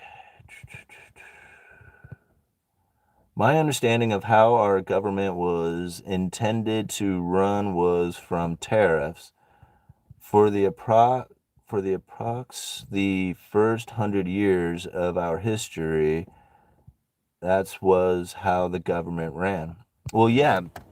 Well, if you think about it, like trade with another nation was pretty much the only thing that another nation had. Like that is ultimately what this book is talking about, is trading with other nations. Right? And the United States knew it too. See, this is why they did things the way they did. Right? Why they wrote the Constitution up the way they did, right? They wanted the people to be in charge. They wanted the people in their little piece of property and their little individual self to be their own sovereign nation. Like each individual one of us as our own sovereign nation. This is how they envisioned our country operating. We don't look at it like this, right? See, this is one of the reasons why if you go and you read through the Constitution, you're going to find that the government does not operate within a fashion that is within the confines of the Constitution. The Constitution isn't that long. It isn't even that big. You can read it like in an hour or something. Like, it's not even that long, right? But if you go and you read through the Constitution, you're going to realize simple things like Article 1, Section 10. No state shall coin anything but gold and silver as a legal tender in payment of debt, right? All the things that we now operate in, all the taxes, all the stuff, government budgets, all this, it's all illegal. It's all unconstitutional. It should not exist, right? But yet now we want to sit here and bitch at each other about what politics are doing out there. They're like, the whole thing shouldn't exist. It shouldn't even be here, right? Oh, I just saw the super chat. Thank you so much. I'll check that out in a second. So that's why I get really frustrated when people are like, hey, man, politics are so important when it comes to these things. No, they were important back in the day. What's important is constitutional rights. What's important is operating yourself within your own sovereign capacity as much as you can. Like, I would love to take on the idea that I don't pay taxes anymore and I'm not going to get the driver's license and I'm not going to operate and all that other stuff. I would love to take that on, right? I'm not going to do it, but I understand it, and I'm going to try and operate as close to that kind of reality as I can. All right. And if you don't understand what it is that I'm talking about, you have to understand that there is a sovereign citizen aspect to this country that people just don't get. We are the highest authority. We sit higher authority than anything else out there. We are in control, but nobody knows it. And if you don't know it, you don't believe it, then you don't have it. And that's the problem that most people are now facing. Yeah. Let's go check out that super chat. All right, Tony. Tony, thank you so much for the $50, man. That's really, really generous of you. Been watching your channel for some while. You keep it real. I think too real for many to understand what you're really saying. My opinion is we need bigger government by creating more public sector jobs, return taxpayer money back to the taxpayers. It's not, I mean, I think that's a good idea in a sense. You know, thank you so much for the $50 too, man. That's really generous. I don't think it's a bad idea in the sense that, having more people working and returning taxpayer money back into or like jobs, that whole concept to me sounds great. It's the bigger picture of it is that the United States doesn't produce as much as it consumes. The problem with this is that by consuming more than we produce, we have to figure out a way to pay for that added consumption. And the way we pay for that added consumption is by leveraging our future, by selling off debt, bonds.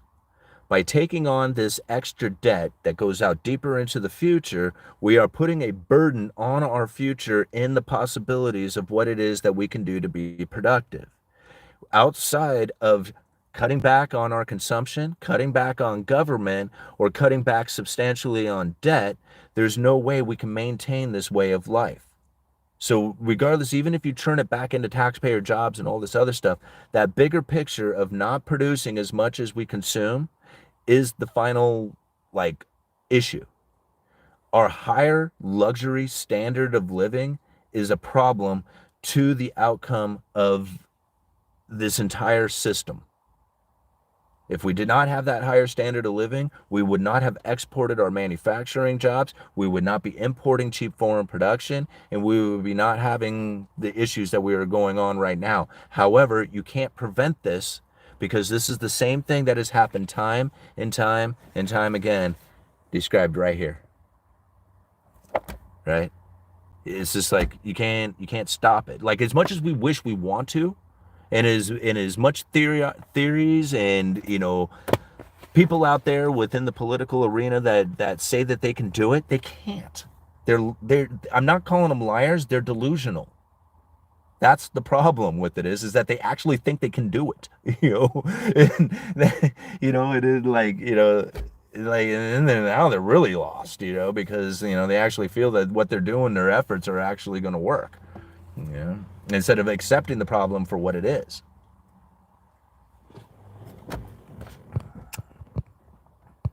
All right. Thank you again, Tony. All right. Yes, Simon, everyone is paid for with funny money. Yeah. It's just, what are you going to do? Like, I mean, let's all go to, like, I've done work for gold, or I've done it for silver anyway. I've done work for silver. I've done work for Bitcoin. I've bought computer services with Bitcoin. Like, I've tried to participate in the community, like, I mean, I've done my part. I hold it. I mean, I'm like, I got, I hodl, whatever. It's just like, to me, like, that isn't going to change. The system isn't going to change. The people aren't going to change. The dollar isn't going to change. Right? None of this stuff is going to change. It's going to continue on the way it has been. There's going to be ever increasing amounts of separation between the rich and the poor.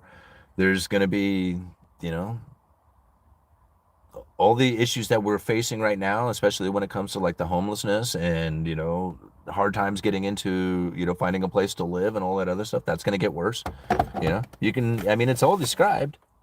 Right? You don't even have to read the whole book. Just read in part 2 of the essays, chapters 6, 7, and 8. Right? That's all you have to read. The increase and decrease of money to the state, and it'll explain it all. Right? You have to take into consideration that it is a very old essay, and they're talking about how horses and wagons and stuff like that. And today we have cell phones and airplanes. But still, the theories behind it, the economic forces that are taking place that he was describing, are still at play today. And once you kind of really wrap your head around them and really get it, then it's just like, okay, now I can condition or deal with the conditions of my life in a way that is not one of an expectation that somebody's going to come in with a different way of life, for me. It's not going to work like that. This is going to get worse. That's what I'm saying is like, the problem is going to get worse for those who are expecting the problem to get better, right? Because the problem isn't a problem. The problem is just a condition. It's like the weather. If people are like, oh no, I'm just going to stand out here and hope for the rain to stop, right? That's what they're basically saying. But you live in Oregon and it's not going to end for another 9 months, so you're screwed, right? That's like literally what it's kind of like being. So you can say, well, no, it's going to rain, and I don't care that it's raining. I'm going to go and make my life a good one anyway, regardless of the rain. And and then I ain't gonna ask anybody to do anything different about it. What do you think about Safadine? I don't know them. Fun fact: it takes 11 days to count a million and 33 years to count to a billion. We could end homelessness in the entire country for 1/3 what we just gave to Ukraine. No, I don't think so. Nice. Simon, what makes you so confident that Brics will not affect the economy significantly? No, they will affect the economy significantly. I think the difference is that people were anticipating that it was going to happen immediately. That's the difference. It's not going to happen immediately, and it's not going to happen in a fashion in which that people think that the dollar is just crash, right?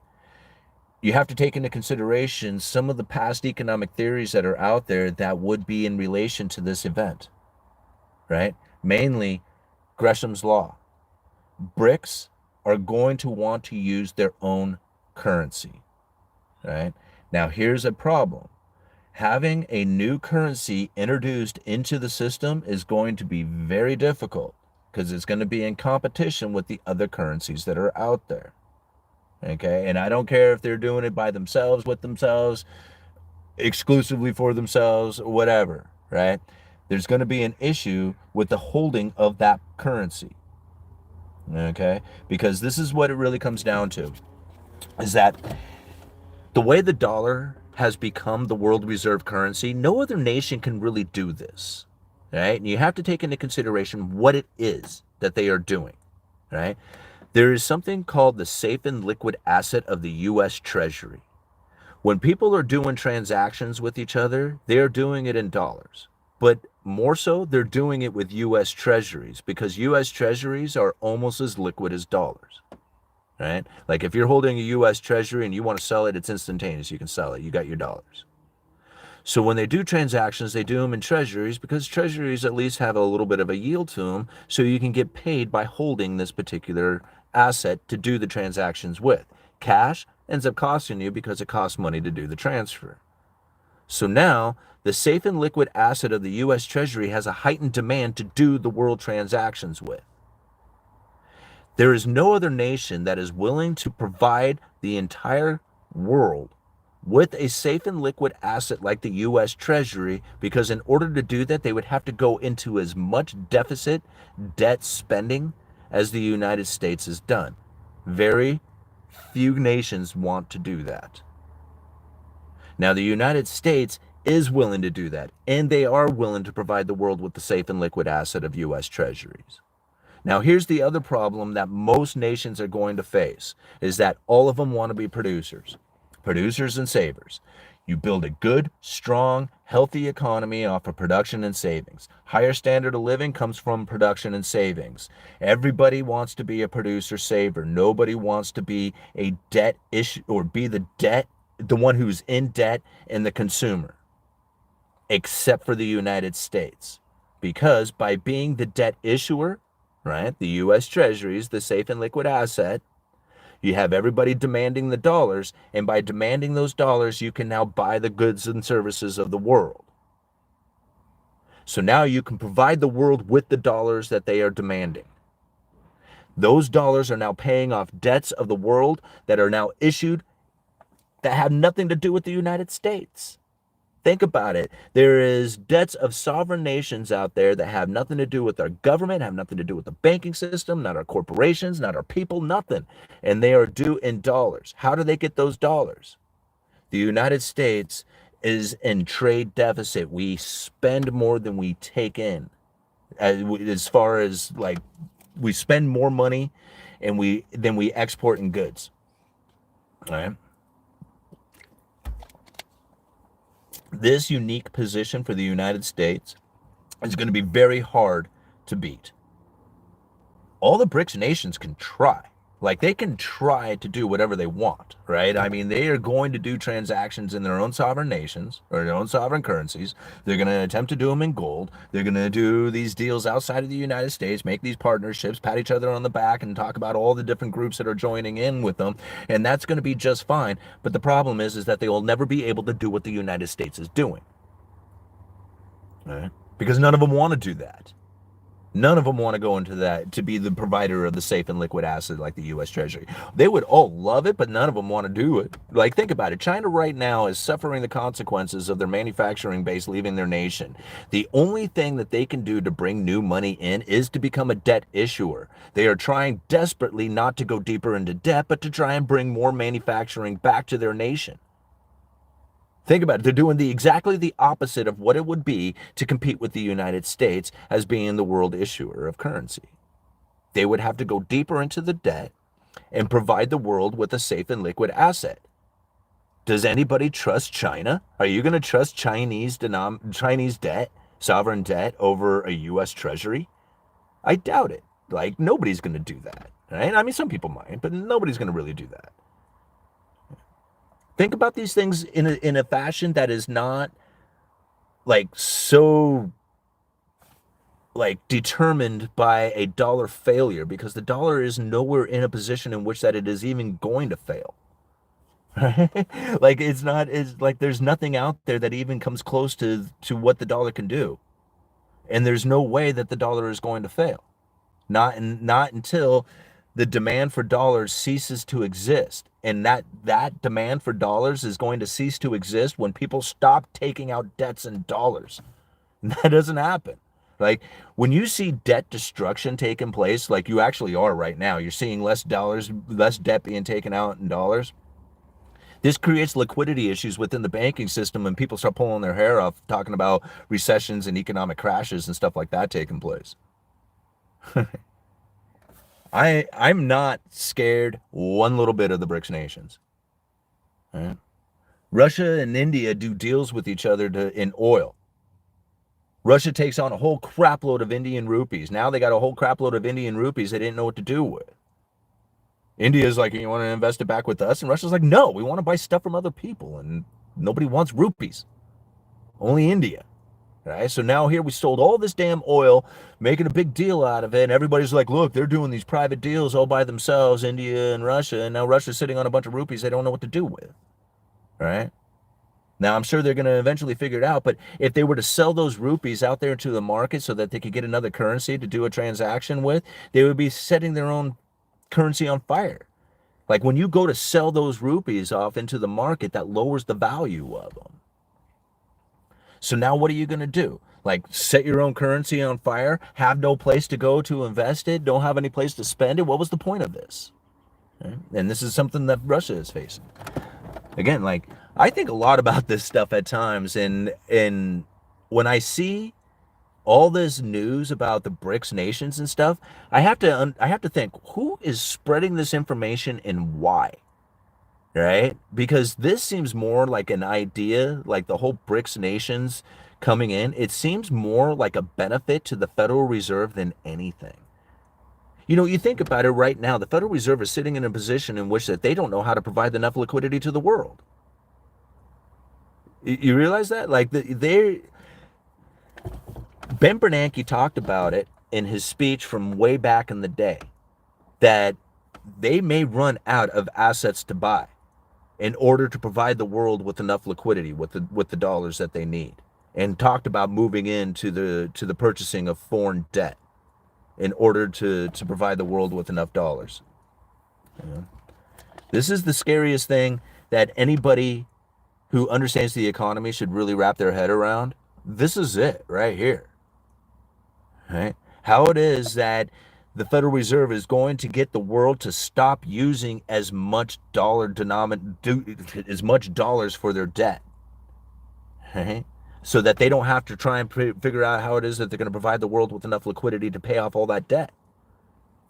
And if you have a group of nations coming out saying, oh, piss on the dollar, we're going to start doing deals outside of the dollar, well, maybe you might be able to find people to start writing contracts outside of the dollar, relieving some of the issues that the Federal Reserve has trying to provide the world with liquidity.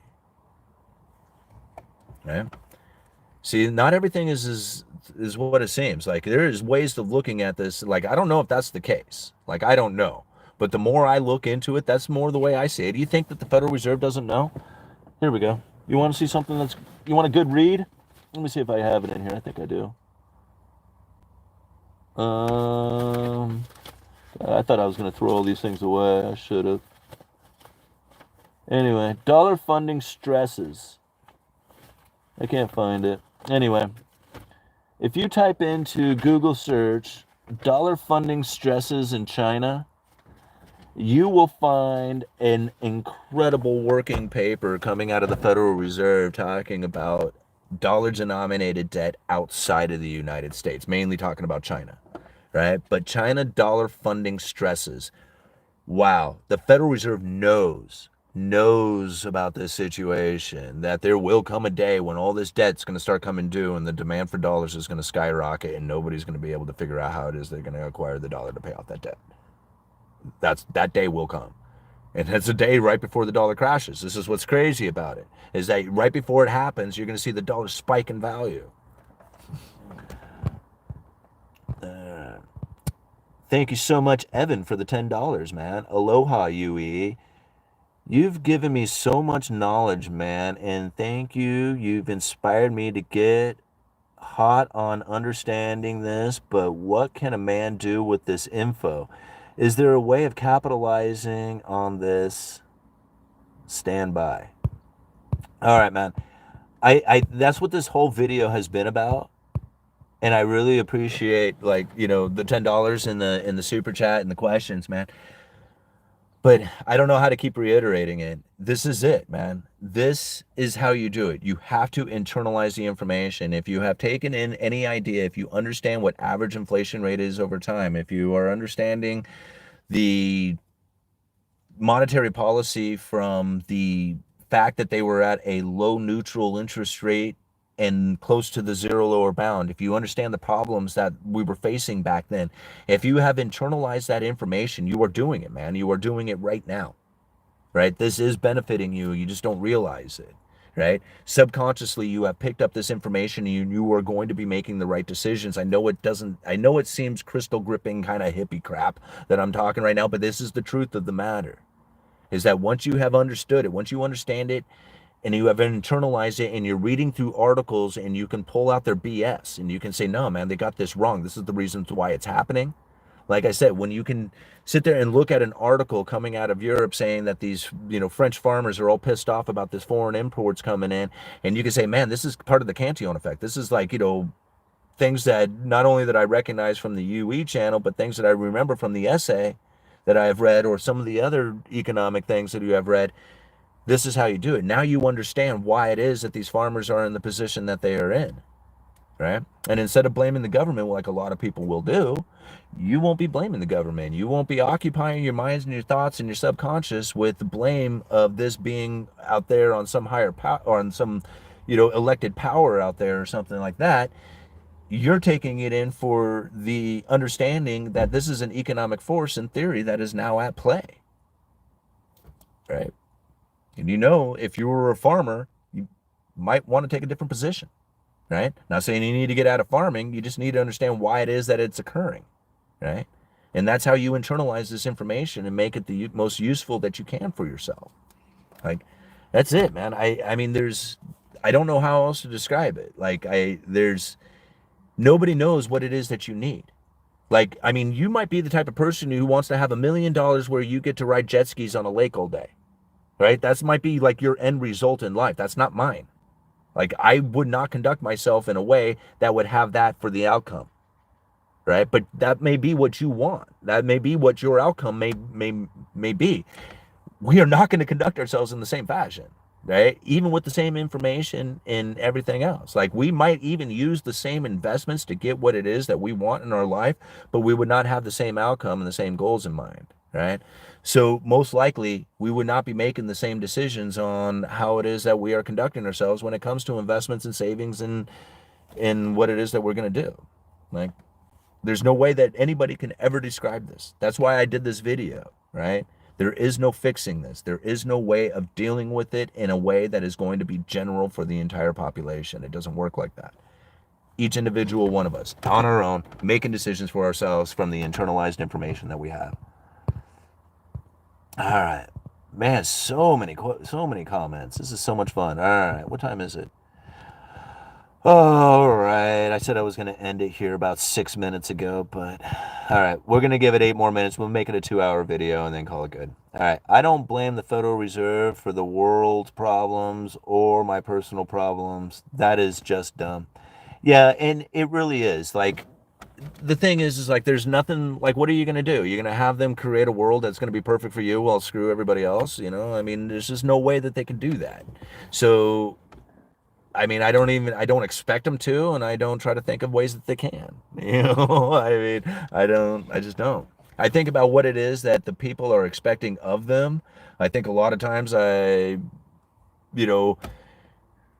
believe that they are using what it is that people expect of them as part of their monetary policy, like to conduct themselves. Like, I look at it as a big psychological game.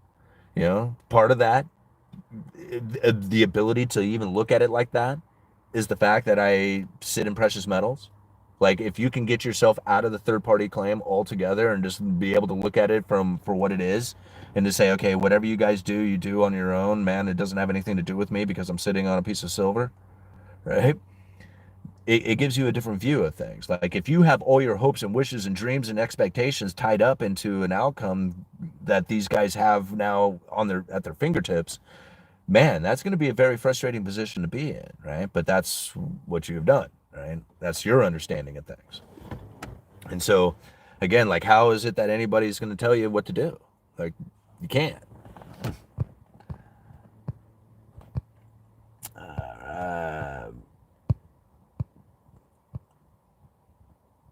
The U.S. monetary policy is do we want or else. Well, I don't know what else you're going to do. Like, I mean, the economy is whatever it is that you want it to be, You realize that, right? Like, I mean, we could want and wish and hope and dream that it could be something different, but it's whatever it is that you want it to be.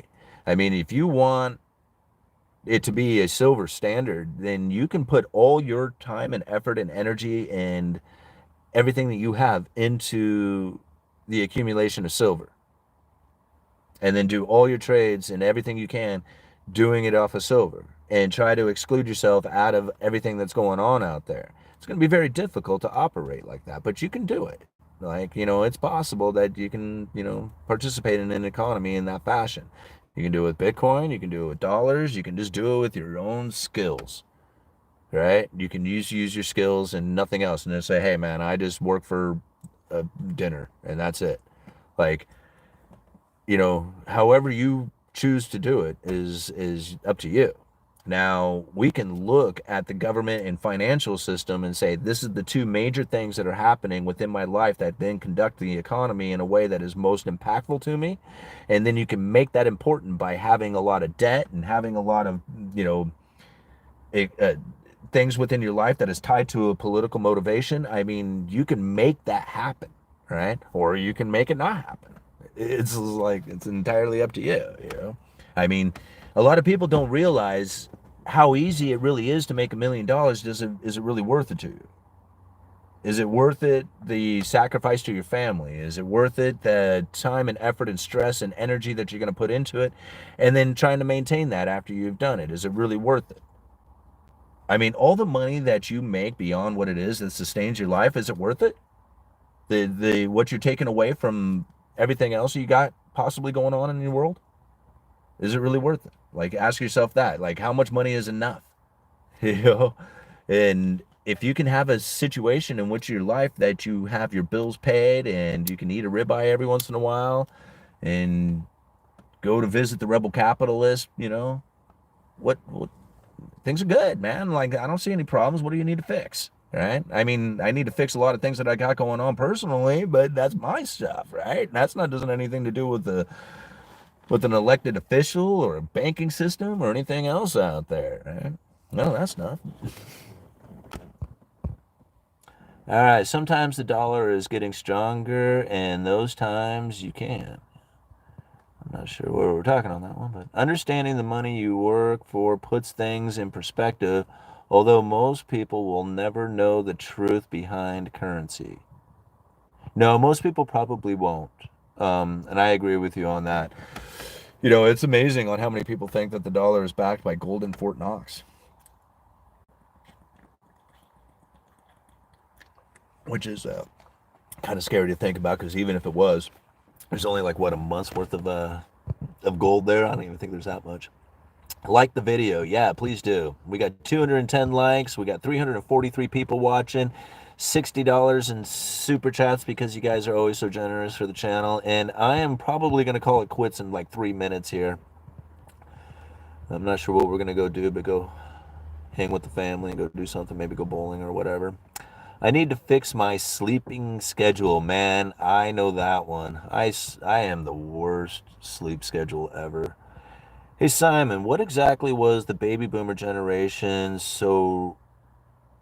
why exactly was the baby boomer generation so relatively wealthy? It's because of the timing of the industrial revolution and what was taking place here in the United States with our economy and our manufacturing base. We were producing the best stuff. The world was sending us their money, right? So not only did we produce the best stuff for the world, we were producing the best stuff for ourselves, right? So we had it going on. We had all the money, we had the best, we had the highest standard of living, and that's really what it came down to, was the manufacturing and like, you have to think, like, all the people of the world immigrated to the United States. So, like, all the best ideas of everybody around the world came here and it flourished, right? So we had an opportunity within the people themselves, who not only came here for opportunity, but then came here with the best ideas that they brought from their own nations, and they all came here and concentrated in the United States right at the right time. All right as the Industrial Revolution was taking off, all this stuff was happening here. So it brought in opportunity that nobody else had. And the baby boomers, after the war and everybody came back home to, to work these jobs and everything, started having a lot of kids, and they were the ones who got the best advantage of it. And also kind of in a way destroyed the system, you know? Because you think about it, like, how many schools, how many jobs, how many retirement homes, and then eventually how many graveyards, all because of the baby boomers, right? I mean, it just exploded throughout each one of these part of the industries, All right, 30 more seconds, guys, and we're going to call it quits. Fiat money was never meant to hold its value. It's a replacement for commodities, commodity, food, where always perishable, learn to earn interest. Yeah, and I kind of agree with that. I think money was just more of a transfer of goods and services between each other. It was just a means of commerce and not really meant that store value. I totally agree with that. I mean, people want it to be a store of value, and because it's not, they get pissed off about that, right? Thank you for answering my question. I hope you enjoy your day. Yeah, you bet, Brody, man. Thank you for being here. Simon, thanks for the stream. Yeah, and thank you all. Hey, Deja Vu, a great parenting and upbringing. Problem, reaction, solution, yeah. Thanks, Simon. Good show. Well, thank you guys very much. Thank you, everybody, for being here. We have 350 people watching with 221 likes, $60 in super chats. Thank you so much for the super chat, the contributions to the channel. You guys are always so very generous for that. And let's see here. I think that's it. All right. Uneducated Economist. You guys let me know.